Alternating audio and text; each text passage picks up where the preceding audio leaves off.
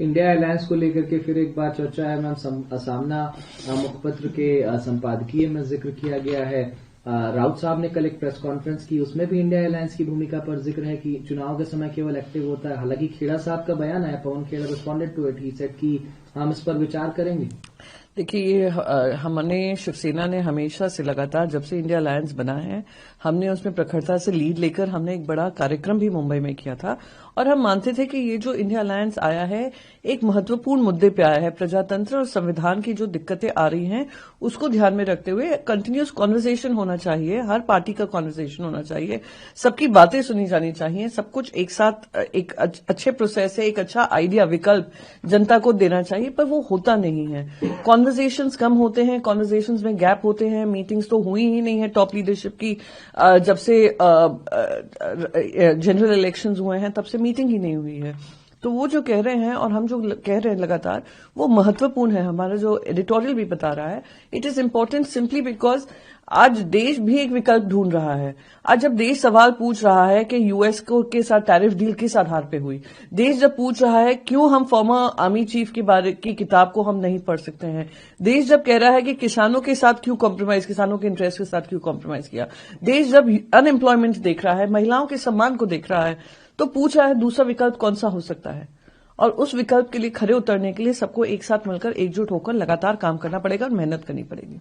राजस्थान में भारतीय जनता पार्टी के एक विधायक हैं, बजट को लेकर के उन्होंने बहुत आपत्तिजनक बयान दिया है। उन्होंने कहा है कि हमारा बजट जब हम प्रेजेंट करते हैं तो जस्ट लाइक कि हम एक लड़के का जन्म हो रहा है, और जब पिछली सरकारें बजट पेश करती थी तो लड़की का जन्म होता था। इस तरीके की तुलना, देखिए, इतनी दकियानूसी सोच है। उनको लग रहा था कि ये कहकर वो बता सकते थे कि कांग्रेस कुछ गलत कर रही थी, पर हर घर में जब बेटी का जन्म होता है कहते हैं लक्ष्मी का वास हुआ है, लक्ष्मी आई है घर में। तो अगर बजट में लक्ष्मी आती है तो यानी वो बजट अच्छा ही हुआ है। वो सोच रहे थे महिलाओं को वो कम में दिखाएंगे, वो पुरुषों को आगे रखेंगे। वो जो एक मेंटल पेट्रियार्की है, लोगों की ज्यादा में दिक्कत होती है। पर मैं कह दूं, अगर बजट का कंपैरिजन बेटी के आने से होता है तो यानी कांग्रेस बिल्कुल सही कर रही थी कि हर घर में लक्ष्मी का वास हो, लक्ष्मी का आगमन हो और लक्ष्मी का स्वागत हो। तो इट्स अनफॉर्चुनेट कि भारतीय जनता पार्टी महिलाओं के बारे में क्या सोच सकती है, उनके शब्दों से दर्शाता है। पर I will take it positively. महिलाएं हमेशा लक्ष्मी के रूप में होती हैं, लक्ष्मी लाती हैं और हर घर में लक्ष्मी का वास होता है। डिफेंस मिनिस्टर राजनाथ सिंह साहब ने अर्ज किया है फ्रेंच साइड से 50% इंडिजिनस कंटेंट राफेल के प्रोडक्शन लाइन में। किस तरीके से इसको आपने आत्मनिर्भर भारत की तो बात की ही थी, मेक इन इंडिया के बारे में डिफेंस को लेकर बात की थी, पर हम जिस प्रगति पे जिस रफ्तार से होना चाहिए था उसमें हम कमियां देख रहे हैं। अभी भी हमें फ्रांस से टेक्नोलॉजी लेकर काम करना पड़े तो हम जो हमारे इंडियन इनोवेशंस हैं, इंडियन मैन्युफैक्चरर्स हैं, इंडियन कंपनीज हैं जो करना चाहती हैं, इस स्पेस में काम करना चाहती हैं, कहीं हम उनको तो दरकिनार नहीं कर रहे हैं। तो राजनाथ सिंह जी का ये बोला 50%, ये प्रतिशत, वो प्रतिशत, वो कहीं ना कहीं दिखाता है कि हम इंडियन इंडस्ट्रीज को कम में आकर अभी भी दूसरे देशों पे निर्भर है अपने डिफेंस इक्विपमेंट्स को लेकर। पर हमें उसको स्केल अप करना जरूरी है, हमें वो चैलेंज को एड्रेस करना जरूरी है। हमारी जो ट्रूप रिक्वायरमेंट्स से लेकर एयर रिक्वायरमेंट्स है उसमें कमियां हैं, उसको सुधारना बहुत महत्वपूर्ण है। मॉस्को की तरफ से एक प्रेस कॉन्फ्रेंस किया गया, इसमें एड्रेस किया गया ट्रेड डील के बाद लगातार प्रेसिडेंट ट्रंप भी कह रहे थे कि कट शॉर्ट किया गया है नई दिल्ली की तरफ से मॉस्को ऑयल इंपोर्ट्स को, लेकिन अब मॉस्को साइड से ये क्लियर कर दिया गया कि किसी तेल आयात की नीति में भारत ने बदलाव नहीं किया है। ये देखिए, यूएसए बात कर रहा है, रशिया बात कर रहा है, चुप कौन है? जो सफर कर रहा है वो है इंडिया और देशवासी। 140 करोड़ जनता पूछ रही है कि जो डोनाल्ड ट्रंप लगातार बोल रहे हैं उसमें कितना सही है, कितना गलत है। यहां पे रशिया हमारे लिए बात कर रहा है कि हम रशियन ऑयल इंपोर्ट करते जा रहे हैं, पर हमारे देश क्या कर रहे हैं? हमारे कॉमर्स मिनिस्टर कह देते हैं आप एक्सटर्नल अफेयर्स मिनिस्टर से बात करिए, एक्सटर्नल अफेयर्स मिनिस्टर कह देते हैं आप हमारे कॉमर्स मिनिस्टर से बात करिए, प्राइम मिनिस्टर चुप्पी बांधे हुए हैं। तो ये ट्रेड डील के अनुरूप हमने कितने अपने स्ट्रेटेजिक इंटरेस्ट को मैं मानती हूं सैक्रिफाइस किया है, ये जनता के सामने आना जरूरी है। किसानों के अधिकारों से लेकर, रशियन ऑयल से लेकर, नेशनल स्ट्रेटेजिक इंटरेस्ट से लेकर सब चीज पे ये यूएस ट्रेड डील दिख रही है कि अनइक्वल टर्म्स पे हुई है। तो बाकी सारे देश हमारे बारे में बात कर रहे हैं, हमारा देश जो है और हमारे देशवासी जो है वो पिस रहे हैं। मैम, अजीत दादा पवार की विमान दुर्घटना में मौत को लेकर के बीते दिनों रोहित पवार की भी प्रेस कॉन्फ्रेंस हुई। अब जय पवार ने भी निष्पक्ष जांच की मांग की है और सुरक्षा मानकों पर बड़े सवाल खड़ा किया। देखिए, जो लगातार उनके परिवार से सवाल उठ रहे हैं उसको संज्ञान में लेते हुए खुद सुनेत्रा जी ने भी ये मांग की है कि सीबीआई जांच होनी चाहिए। और ये महाराष्ट्र सरकार कह रही है कि वो सेंट्रल गवर्नमेंट होम मिनिस्टर से ये रिक्वेस्ट करेंगे। और कंसिडरिंग उनकी जिस तरीके से मृत्यु हुई, एक पॉपुलर लीडर थे, बहुत जनता के मन में भी सवाल हैं कि क्या गलतियां हुई, क्या कमी हुई। अब आप कह रहे हैं कि जो उसका ब्लैक बॉक्स है वो भी सिवियरली डैमेज्ड है, वो भी विदेश जाएगा। तो it needs an investigation which is full proof, transparent and accountable.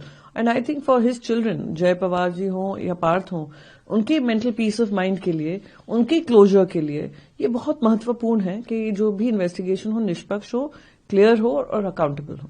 एक अंतिम सवाल मैम, एआई इम्पैक्ट समिट में हमने देखा कि तमाम विदेशी राष्ट्राध्यक्ष आए, बड़े बड़े बिजनेसमैन, सीईओज आए, लेकिन एप्स्टीन फाइल्स के बाद एक नाम बड़ी तेजी से चर्चा में रहा, बिल गेट्स का। उनका भी प्लान था एआई इम्पैक्ट समिट में आने को लेकर के। अभी लगातार मुखर रही हैं इसको लेकर के, लेकिन बिल गेट्स का ऐसा कोई सार्वजनिक कार्यक्रम या इम्पैक्ट समिट के दौरान देखने को नहीं मिला क्योंकि उनको प्लेटफॉर्म नहीं दिया गया, क्योंकि हमने उस पर आवाज उठाई। जब मैंने एआई समिट के वेबसाइट पे देखा था कि उनको ग्लोबल विजनरी की तरह प्रमोट किया जा रहा था, मैंने ये इस आवाज को उठाया था कि किसी भी महिला का दुनिया भर में, महिला क्या होगा तो बच्चियों को भी शोषित किया जा रहा था। एप्स्टीन फाइल्स के अंतर्गत जो आ रहा है, अनेक फोटोज थी उनकी खुद की पूर्व धर्मपत्नी जो है मेलिंडा गेट्स, उन्होंने इसके बारे में कहा था कि डिवोर्स का एक बड़ा कारण ये भी था। और ईमेल्स दिख रही हैं जहां दिखा रही हैं कि he was definitely involve in it.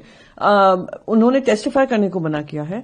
तो उस समय पे जब दुनिया भर की आंखें आपके एआई टेक समिट पे हैं, जो देख रही हैं कि आप एथिकल लीडरशिप, ह्यूमन अप्रोच की बात कर रहे हैं एआई में, आप ऐसे लोगों को प्लेटफॉर्म दे रहे हैं जिनका अभी एक ग्रे जोन में उनका रहा है महिला सम्मान और डिग्निटी को लेकर। तो मैंने अपनी आवाज उठाई थी। मेटी ने सबसे पहले उनका नाम वहां से हटाया था, पर सेशन कीनोट दिख रहा था। फिर गवर्नमेंट सोर्सेज के माध्यम से आया था कि वो नहीं बोलने वाले हैं। फिर भी गेट्स फाउंडेशन लगातार कहता रहा कि बिल गेट्स वहां पर आएंगे। आप अहंकार देखिए कि उनको लग रहा था क्योंकि वो इतने पावरफुल इंडिविजुअल हैं, उनकी कोई अकाउंटेबिलिटी नहीं है। मैं कहती हूं हर महिला जहां भी पीड़ित हो, शोषित हो, उनके अधिकार की लड़ाई लड़ना एक नेक काम है। वो मैंने लड़ाई लड़ी और आज उनके गेट्स फाउंडेशन की तरफ से क्लैरिटी आई है कि उन्होंने after careful consideration Bill Gates वहां पे नहीं आएंगे और हमारा समिट, हमारे देश का समिट, हमारे देश का प्लेटफॉर्म उनको लेजिटिमाइज करने के लिए नहीं किया गया है। तो I welcome it and I think दुनिया भर में ये संदेश जाना चाहिए कि हम लोग अगर कोई भी महिला कहीं भी शोषित या पीड़ित होगी, अगर हम एथिकल लीडरशिप की बात करते हैं, हम उस पर काम भी करेंगे। इम्पैक्ट समिट 2026 में एक चाइनीज रोबोडॉग को लेकर के बड़ा विवाद खड़ा हो गया। मैम, सबसे पहले तो अव्यवस्था को लेकर के बड़ी आलोचना हुई एआई इम्पैक्ट समिट की, उसको लेकर के मिनिस्टर साहब ने माफी भी मांगी, अश्विनी वैष्णव साहब ने। और फिर ये चीनी रोबोडॉग विवाद, अब तो एलओपी का भी बयान आ गया है, सब क्रिटिसाइज कर रहे हैं। अब किक आउट भी कर दिया गया गलगोटिया यूनिवर्सिटी को इस पूरे इम्पैक्ट। देखिए, एआई इम्पैक्ट समिट एक महत्वपूर्ण कीनोट समिट है हमारे देश के लिए और हमारे देश की जो युवा ऊर्जा है उनको एक व्यवस्था बनाने के लिए कि कैसे टेक्नोलॉजी का लीवरेज किया जा सकता है, ह्यूमन फेलियर्स जहां पे हैं उसको एड्रेस करने के लिए, जो वेलफेयर इश्यूज हैं उसको एड्रेस करने के लिए, एग्रीकल्चर इशू हुआ, रिटेल हुआ, बहुत सारी ऐसी जगह है जहां पे एआई की मदद से लोगों की जिंदगियां आसान हो सकती हैं। हमारे टेक से हम लीडरशिप ले सकते हैं क्योंकि हमारे पास युवा ऊर्जा है। तो ये एक महत्वपूर्ण समिट था। पर जिस तरीके से कुछ पवेलियंस ऐसे थे जो मिसलीड कर रहे थे, मिस इन्फॉर्म कर रहे थे, दूसरों का इनोवेशन अपना डालकर बता रहे थे, वो शर्मनाक था। और वो जब चाइनीज मीडिया ने भी उसको उठाया, वो शर्मनाक था।